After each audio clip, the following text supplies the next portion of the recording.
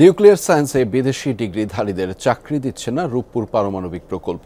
উঠেছে এমন অভিযোগ, যদিও সরকারি খরচেই রাশিয়া থেকে পড়ে এসেছেন তারা। প্রতিযোগিতামূলক এই স্কলারশিপ প্রাপ্তদের বৃত্তির শর্তই ছিল দেশে ফিরেই রূপপুরের কাজ শুরু করবেন তারা। গত আওয়ামী লীগ সরকারের সময় অন্যদের চাকরি দেওয়া হলেও বাদ রাখা হয় তাদের। নিউক্লিয়ার সায়েন্সে উচ্চতর ডিগ্রি থাকা এমন ৪৪ জনকে নিয়োগ না দেয়াকে বড় ধরনের প্রতারণা বলছেন বিশেষজ্ঞরা। পাশাপাশি এটাকে দক্ষ জনশক্তির অপচয় বলছেন তারা। এ বিষয়ে প্রধান উপদেষ্টার বরাবর চিঠি দিয়েছেন বঞ্চিত এই তরুণ পরমাণু বিজ্ঞানীরা। আপনজনদের কাপড়ের যত্নে আমার ভরসা যুগ যুগ ধরে এক্সপার্ট ডিটারজেন্ট জেট। রূপপুর পারমাণবিক প্রকল্প টাকার অঙ্কে দেশের সবচেয়ে বড় এই মেগা প্রকল্পটির নির্মাণ কাজ প্রায় শেষ। এর মধ্য দিয়েই মর্যাদাপূর্ণ নিউক্লিয়ার ক্লাবে নাম লিখিয়েছে বাংলাদেশ। রাশিয়ার রাষ্ট্রীয় সংস্থা রোজাটমের কারিগরি ও অর্থনৈতিক সহায়তায় বাস্তবায়িত হচ্ছে এই প্রকল্প।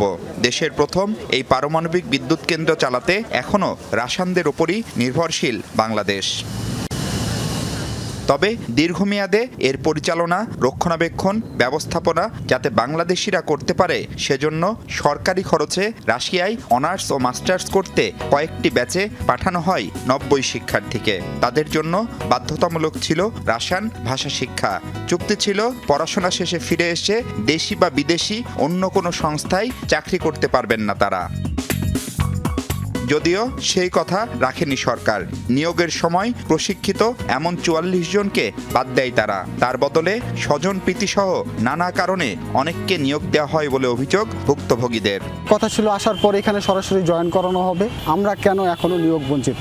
বাংলাদেশ সরকারের অর্থায়নে আমরা বিদেশ থেকে উচ্চ শিক্ষা এবং প্রশিক্ষণ নিয়ে বাংলাদেশে এসেছি। আমাদের পেছনে যে সরকারের কোটি কোটি টাকা ব্যয় হলো, এতে কি দেশের সম্পদের অপচয় হলো না? আন্তর্জাতিক পারমাণবিক সংস্থার বিধি মেনেই চালাতে হবে এই প্রকল্প। তাদের গাইডলাইনেও পারমাণবিক বিদ্যুৎ প্রকল্প নিয়ে তাত্ত্বিক ও ব্যবহারিক জ্ঞান না থাকলে তাদের নিয়োগ দেওয়ার সুযোগ নেই।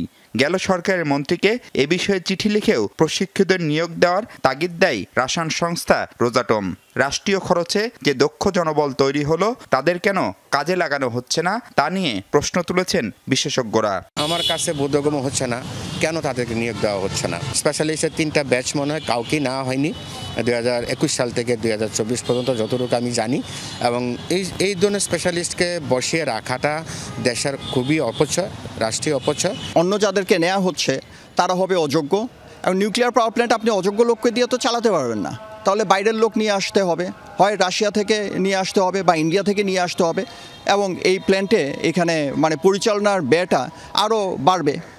এটা বিপজ্জনক একটা ব্যাপার এবং দুরভিসন্ধিমূলক। 6.5 বছর রাশিয়ায় পড়াশোনা করে আসা এই তরুণদের অনেকেই এখন কাজ করছেন বিভিন্ন প্রতিষ্ঠানে। তবে পারমাণবিক প্রকল্পে কাজ করার যে চুক্তি তাদের সাথে করেছিল সরকার, তা বাস্তবায়িত না হওয়ায় হতাশ তারা। দক্ষ জনবল হওয়ার পরেও আমরা বারবার নিয়োগ বঞ্চিত হচ্ছি।